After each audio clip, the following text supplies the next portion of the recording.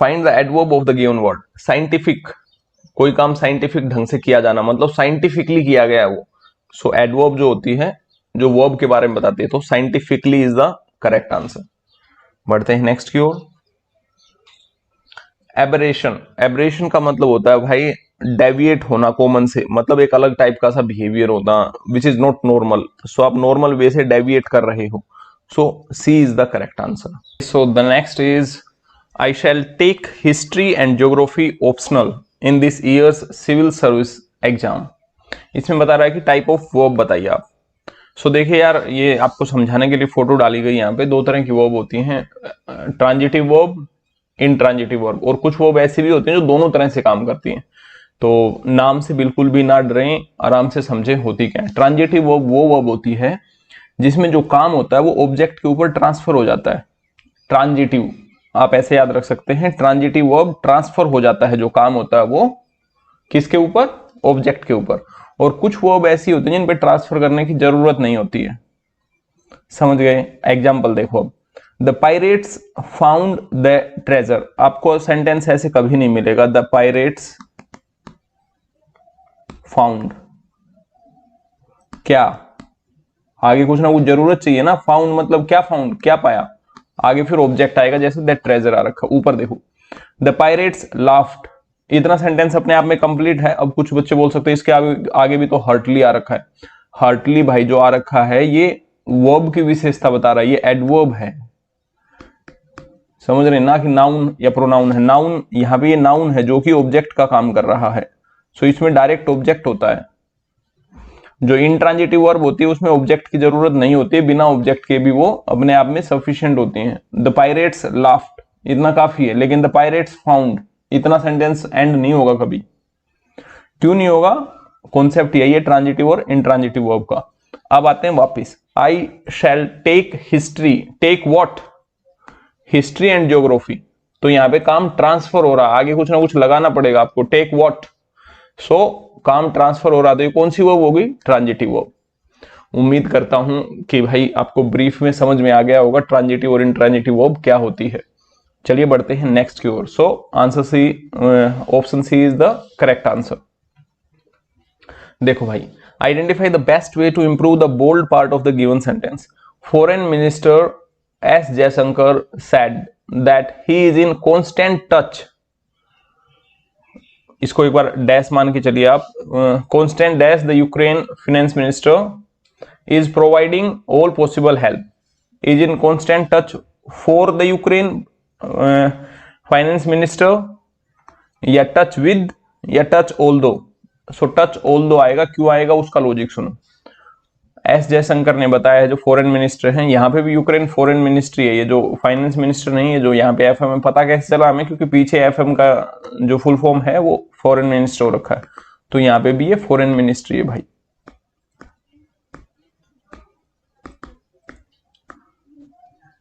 सो देखिए, foreign minister जो S Jaishankar हैं, उन्होंने कहा that he is in constant touch along the, sorry constant touch, वो लगातार टच में है, ऑल दो the Ukraine foreign minister is providing all possible help. ये कह रहा है कि वो कॉन्स्टेंट टच में है, हालांकि जो वो फॉरेन मिनिस्टर हैं यूक्रेन के, वो पूरी पॉसिबल हेल्प प्रोवाइड कर रहे हैं। So I hope this is clear to everyone. चलिए बढ़ते हैं नेक्स्ट की ओर।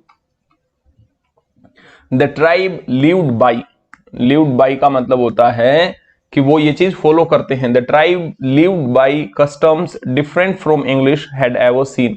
यहाँ पे इंग्लिश का मतलब इंग्लिश लैंग्वेज नहीं है, यहाँ पे इंग्लिश का मतलब है इंग्लिश पीपल, मतलब ब्रिटेन के जो लोग हैं, ब्रिटिश पीपल।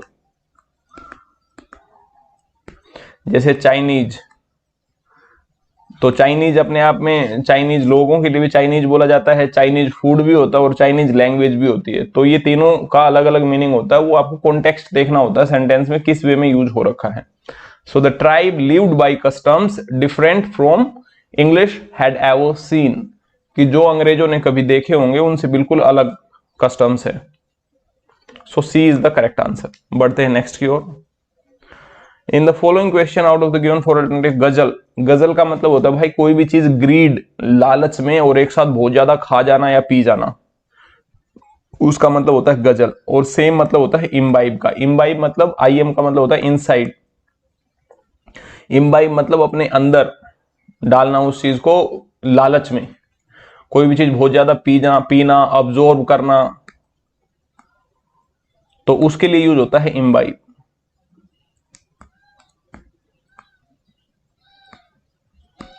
सो उम्मीद करता हूं ये चीज आपको क्लियर हो गई होगी। गजल का सिनोनिम क्या हो जाएगा? इम्बाइब। नेक्स्ट की ओर बढ़ते हैं। स्विंडल। स्विंडल का क्या मतलब होता है? देखो, स्विंडल का मतलब होता है धोखाधड़ी, धोखाधड़ी से कोई काम करना। पूछ क्या रखा है इसने? ओपोजिट मीनिंग पूछ रखा है, तो ओपोजिट क्या हो जाएगा? ऑनेस्टी।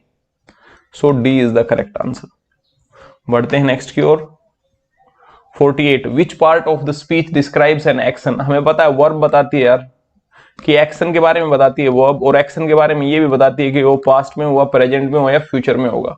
सो वर्ब ही बताती है ये चीज, वर्ब बताती है। एक्चुअली देखो, वर्ब के भी दो पार्ट होते हैं, एक होती है हेल्पिंग वर्ब, एक होती है मेन वर्ब। मेन वर्ब बताती है काम क्या हो रहा है, हेल्पिंग वर्ब बताती है वो काम कब हुआ है, पास्ट में, प्रेजेंट में या फ्यूचर में। तो टोटल अगर ओवरऑल बात करें तो ये काम वर्ब का होता है, जो कि डिस्क्राइब करता है एक्शन, स्टेट और occurrence. So D is the correct answer. चलिए बढ़ते हैं नेक्स्ट की ओर। Change the narration, narration change करना। The principal warn him that he could no longer tolerate. देखो कुड आया है यहाँ पे, तो एक चीज कंफर्म है कि इनडायरेक्ट है। जैसे कुड, ये सामने जो आपको दिखाई दे रहा है, रिपोर्टेड स्पीच में भी आप, रिपोर्टेड वर्ब में भी आप देख रहे हैं वार्नड हिम लिखा हुआ है। सो ये इनडायरेक्ट है, तो डायरेक्ट में क्या रहा होगा? सेड टू रहा होगा। तो एक तो इस साइड सेड टू होना चाहिए, दूसरा यहाँ पे कैन नॉट होगा। तो कैन नॉट किन किन ऑप्शंस में? तो कैन ऑलमोस्ट सभी में है। The principal said to him I can not tolerate your late coming. Actually यहाँ पे कमिंग लेट है, इन्होंने यहाँ पे लेट कमिंग कर दिया है, बस यहाँ पे ये डिफरेंस है। नेक्स्ट देखो, the principal angered at him. नहीं, यहाँ पे एंगर्ड नहीं, यहाँ तो नॉर्मल आपका सेंटेंस चलता है, सेड टू लिखा होता है। Said to him I can no longer tolerate your coming late. Coming late, your का हर हो गया है क्योंकि आपने इनडायरेक्ट किया तब। So C is the correct option. I hope this is clear to everyone. यहाँ तो ये बीच में काफी पूरा सेंटेंस ही खा गए हैं, तो ये हो ही नहीं सकता। So C is the correct option. चलिए बढ़ते हैं नेक्स्ट की ओर। Do you expect your cousins to come from Bhubaneswar today. So देखो, डू कौन से टेंस में यूज होता है? प्रेजेंट, पास्ट या फ्यूचर? बस ये बताइए आप मेरे को, प्रेजेंट, पास्ट या फ्यूचर? आप बोलोगे ऑब्वियसली प्रेजेंट में। ओके, तो प्रेजेंट में हेल्पिंग वर्ब क्या यूज होती है? Is am are. तो इज एम आर कौन से उसमें यूज हो रखी है? वो देखो आप, हेल्पिंग वर्ब सिर्फ ऑप्शन सी में यूज हो रखी है, आपको कुछ देखने की जरूरत नहीं है। So option C is the correct answer. इतना जल्दी कैसे? मतलब आपको इतना ही टाइम लगता है जस्ट जब आप वॉइस और नरेशन करते हैं, तो 10-15 सेकंड बस मैक्सिमम। और जो बचता है टाइम आपका, वो टाइम आपको लगाना होता है जैसे आपको सेंटेंस अरेंज करने में। वहां पे आपका टाइम कई बार क्या होता है कि 40 से 50 सेकंड के आसपास पहुंच जाता है करने में, तो वो मैनेज फिर यहाँ पे होता है। वन वर्ड सब्स्टिट्यूशन हो गए, ईडियम्स हो गए, इनमें तो डायरेक्ट आपका मतलब 10 सेकंड लगते हैं बस सोल्व करने में। तो देखो, डू आया है तो ऑब्वियसली आपको पता है वॉइस जो होता है, वॉइस में कभी भी टेंस चेंज नहीं होता। जो ऊपर टेंस है, ऊपर डू आया है, तो डू से मुझे पता चल गया है कि ये प्रेजेंट टेंस है। तो प्रेजेंट टेंस है तो आर मैं सर्च करूंगा नीचे। अगर डिड होता ऊपर, पास्ट होता, तो मैं नीचे वाज या वर सर्च करता। So I hope this is clear to everyone. चलिए बढ़ते हैं नेक्स्ट।